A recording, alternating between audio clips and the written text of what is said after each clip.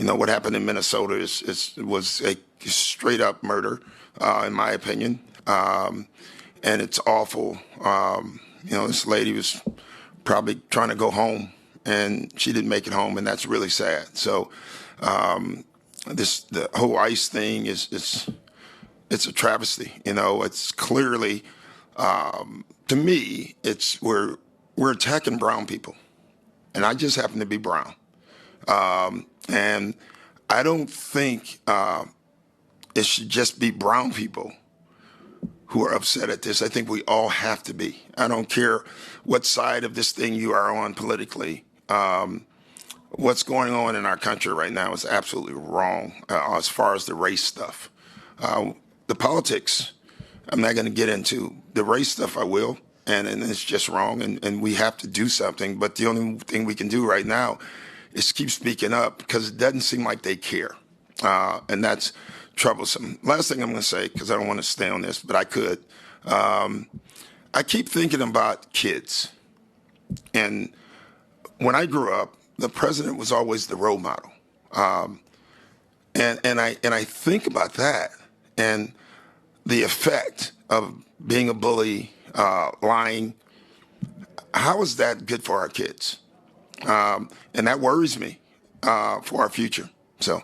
Milwaukee Bucks head coach Doc Rivers spoke out on ICE, Donald Trump, and the state of our country. Our next guest is investigative reporter Ken Klippenstein. He has a new report headlined "Immigration Agents Terrified of ICE Backlash After Shooting." Ken, you've also read ICE's deadly force documents that you say, quote, are bureaucratically dense and elastic to the extreme, offering every possible excuse for ICE's killing of Renee Good. They have not changed the use of force policies for ICE whatsoever since Trump came into office, despite the fact that, again, they have tripled the budget for the enforcement part of it.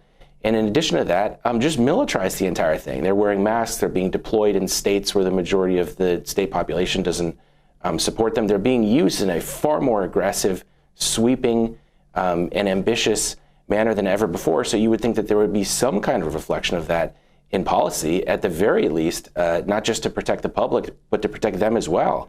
There's nothing in its use of force documents, which you can go on my newsletter and read in full, that addresses protesters, civil unrest, even rioters, which Trump is always talking about. You can search for those words. None of those words appear in the document. So there's a straight through line from the shooting of Renee Good to NSPM 7, this presidential memorandum. You say ICE is okay with Renee Good's killing. Why? Because its policy all but allows its ICE agents to carry these things out, and the only thing restraining them is their own perceived sense of being in danger. That is not a policy you have in place if you want them to carry out their responsibilities in a circumspect way. Sadly, it appears the feds are not changing their positions. Attorney General Pam Bondi's ordered the FBI to compile a list of what the Justice Department is calling domestic terrorist organizations. Last week, Bondi sent a memo to all federal prosecutors and law enforcement agencies targeting a wide range of people, including those who hold what she calls, quote, extreme views in favor of mass migration and open borders, adherence to radical gender ideology, anti-Americanism, anti-capitalism, or anti-Christianity, unquote. The memo also targets people who show, quote, hostility towards traditional views on family, religion, and morality, unquote. The investigative journalist Ken Klippenstein published a copy of Bondi's memo on his Substack page on Saturday. Klippenstein notes Bondi's language echoes a national security presidential memorandum issued by President Trump known as NSPM 7, to target nonprofits and activists. Trump signed the directive in September in the wake of the murder of right-wing activist Charlie Kirk. Ken Klippenstein would also report the deeply problematic memo from Attorney General Pam Bondi. In his newsletter, Ken wrote, President Donald Trump issued National Security Presidential Memorandum 7, or NSPM 7, titled Countering Domestic Terrorism and Organized Political Violence. It creates a national strategy to investigate, prosecute, and dismantle organized political violence and domestic terrorism, identifying indicators of a potential domestic terrorist as the expression of anti-Christian or anti-capitalism or anti-American views. NSPM 7 directs the federal government to disrupt groups before they result in violent political acts, in other words, pre-crime.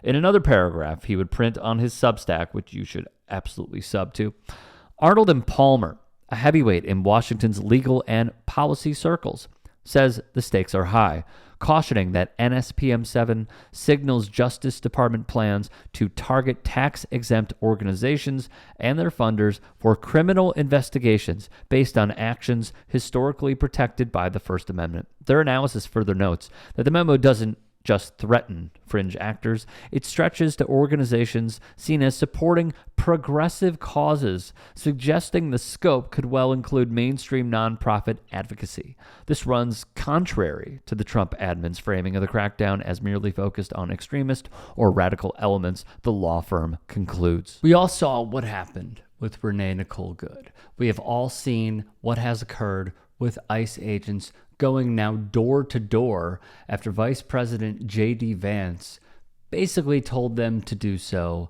live in a news conference. We are seeing how elections have consequences. We have also seen how Democrats have not fought to abolish the entire department because what we have seen is what it can become on steroids when you give people who really want to militarize this entire department and inject it with Barry Bonds level steroids, allegedly.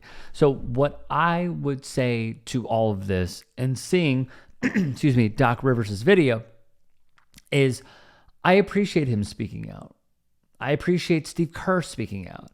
I appreciate the moment of silence that the Timberwolves had. What I don't appreciate is how there are so many that will say just the obvious talking points when really, as we now have had to endure the effects of Charlie Kirk and Renee Nicole Good, they are going to use those tragedies as opportunities. We have seen in Ken's reporting how they are basically going after anybody to the left of them. That is absolutely what they are doing. And it is going to get worse because they are on a hiring spree with ICE. They are going to label anybody who goes against this regime a domestic terrorist. They're going to label anybody that is anti-ICE a domestic terrorist. And at some point, they are going to, in my view, put forth the Insurrection Act. So yes, this is good that he's speaking out. It's good that a few others have spoken out. I would like to see more speak out, as I said in a previous video, specifically in my area of interest, which is sports and music and entertainment. These are net positives. It's a way of bringing attention. It's a way of saying that you see what is happening instead of going through life with your blindfolds on. But one thing that I really just feel like a lot of people lose sight of is that our struggles are interconnected.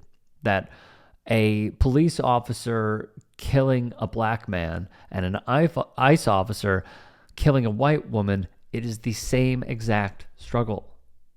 It is state-sanctioned violence. And until we have sweeping changes, it is just going to continue day after day after day. If you can and are willing, please become a paid member here at TYT Sports and or go to tyt.com/join. In addition, you can follow me on Twitter, Instagram, and TikTok. Appreciate it. Have a great day.